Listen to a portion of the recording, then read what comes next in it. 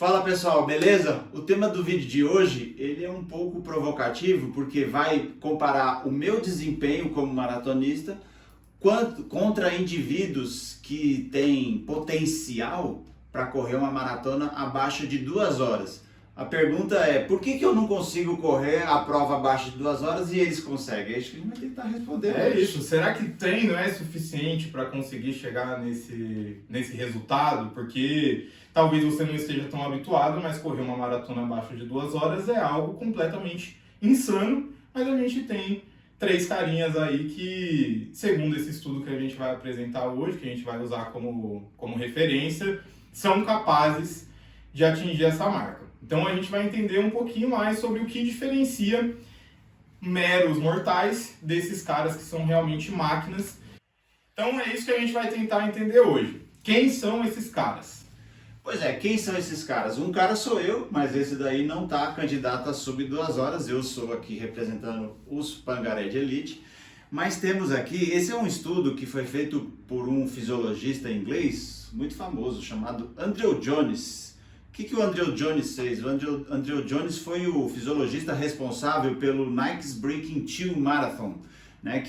Foi o projeto da Nike que queria descobrir quais maratonistas teriam condições de fazer a primeira maratona sub 2 horas. Depois se descobriu que o único que conseguiu foi o Eliud Kipchoge, em condições controladas, mas foi o único que conseguiu.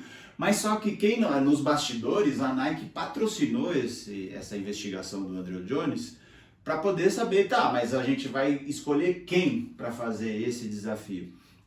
E aí o Andrew Jones fez uma série de medidas fisiológicas em atletas de elite, se eu não me engano foram, deixa eu ver aqui, não tem, 16, tem sim, 16 World Class Male Distance Runners, pegou 16 caras da elite e falou, desses 16, quem é a elite da elite, Caio? Quem é a elite? Quem é a elite da elite? No estudo eles descobriram três que tinham condições. Eles não falam os nomes, mas 2 eu acho que eu sei quem são. Um é o próprio Kipchoge, o outro eu acho que foi Kenenisa Bekele. Mas enfim, não está divulgado isso daí.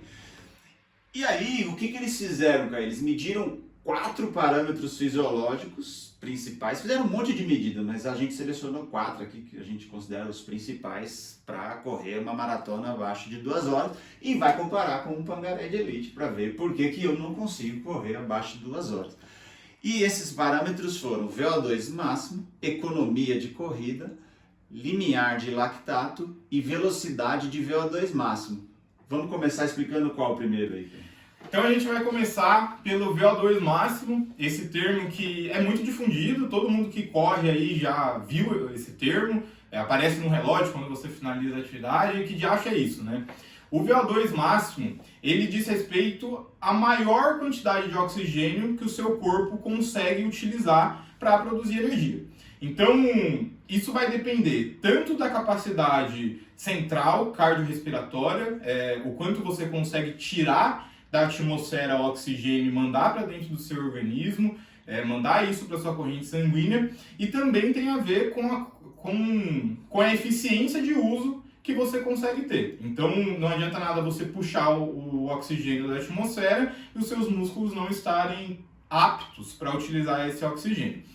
Então, se a gente pega um cara que tem 60 ml quilo-minuto de VO2, o que isso significa? Que a cada minuto ele vai utilizar 60 ml por quilo corporal. Então, se ele tem 70 quilos, por exemplo, você pega 60, multiplica por 70, que você vai chegar a 4.200 ml ou 4,2 litros. Então, quer dizer que no máximo que ele consegue produzir com uma quantidade de oxigênio, utilizando primordialmente do sistema aeróbico, ele vai estar consumindo ali 4,2 litros de oxigênio. Então é isso que significa o VO2. Então quanto maior o seu VO2, mais combustível você está conseguindo colocar para o seu motor queimar.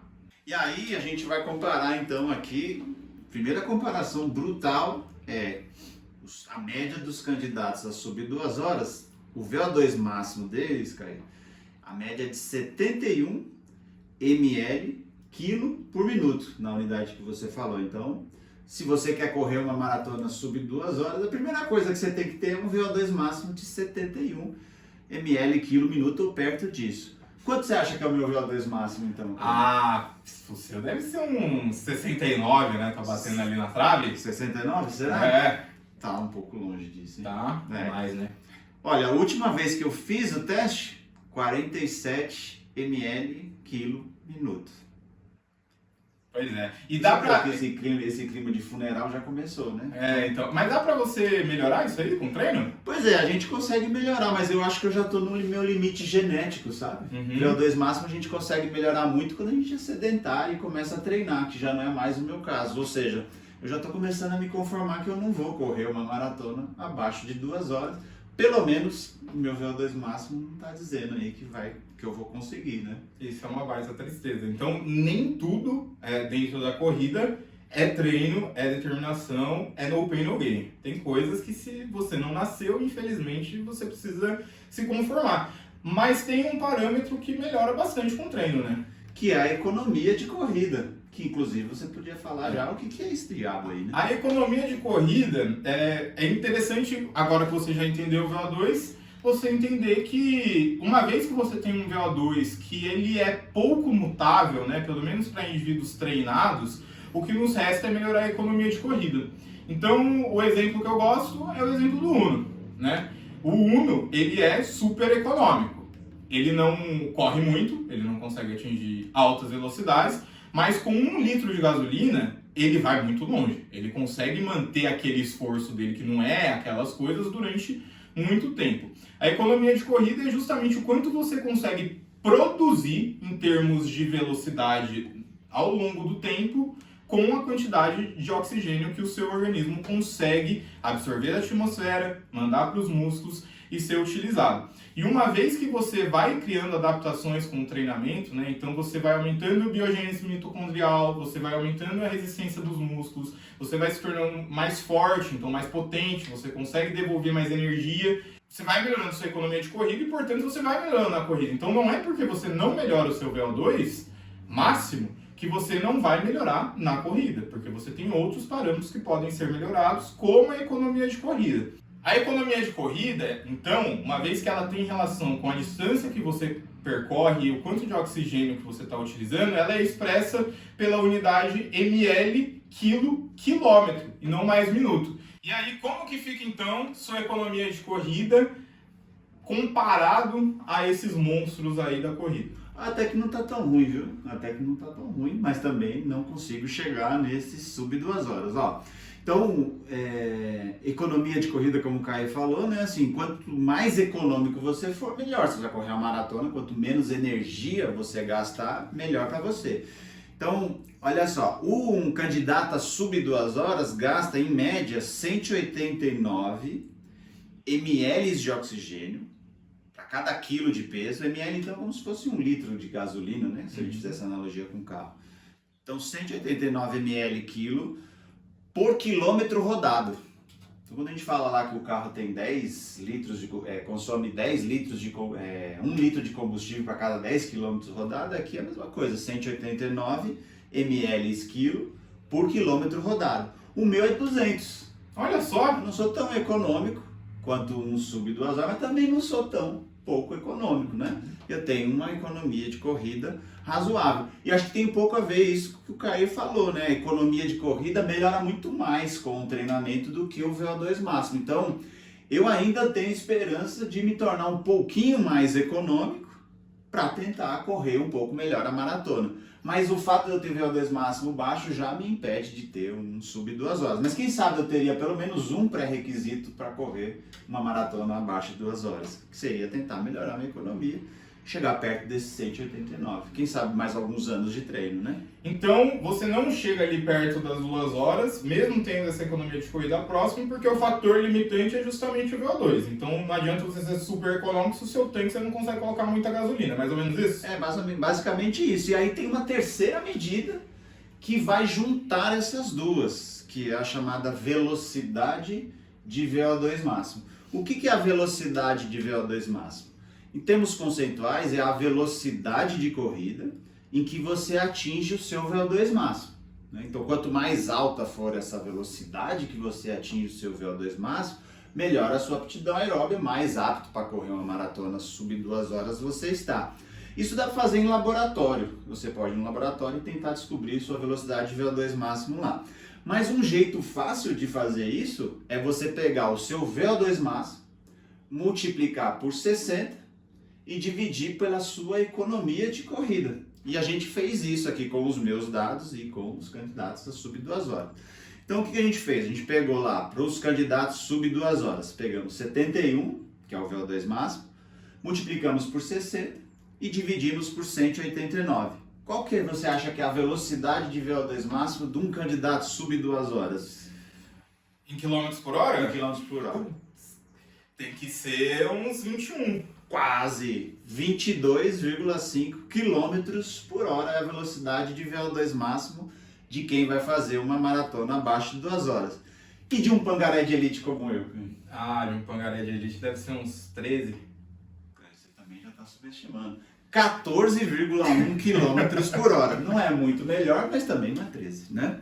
Então veja que, no final das contas, e mesmo que eu tenha uma boa economia, o fato de eu ter um VO2 máximo baixo está me impedindo de ter uma velocidade VO2 máximo compatível a correr uma maratona abaixo de 2 horas. Então, nesses 3 parâmetros, o que eu cheguei mais pertinho ali de ser um candidato a sub 2 horas foi a economia de corrida, mas me falta VO2 máximo, e como VO2 máximo e economia se combinam, a velocidade de VO2 máximo também já é baixa. Ou seja, para você ser candidato a sub 2 horas, você não pode ter só um parâmetro bom. Você tem que ter tanto um VO2 máximo alto, quanto uma boa economia de corrida, porque ao combinar os dois, você vai ter o terceiro parâmetro, que é a velocidade de VO2 máximo mais alta, compatível com 2 horas. Acho que é isso, né? Ou faltou um? Faltou o limiar, né? Pois Porque uma dúvida que me surge existe um teto ali do que eu posso correr a maratona, né? Então, se você corre seu VO2 máximo é 14,1 km por hora, você vai correr a maratona nessa velocidade? Aí não ia conseguir chegar nem no primeiro quilômetro. Não, o primeiro eu acho que eu conseguiria. Ia correr uma milha, né? Uma milha, 3 quilômetros, quem sabe. Mas mais que isso não ia passar. Por quê?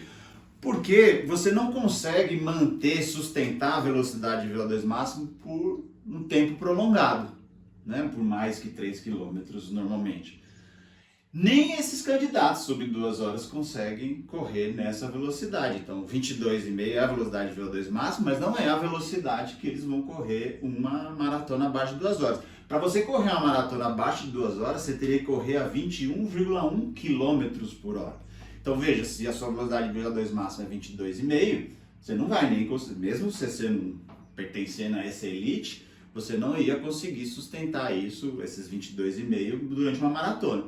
Por que você não consegue? Porque quando você está na sua velocidade de VO2 máximo, você já acumulou muito lactato.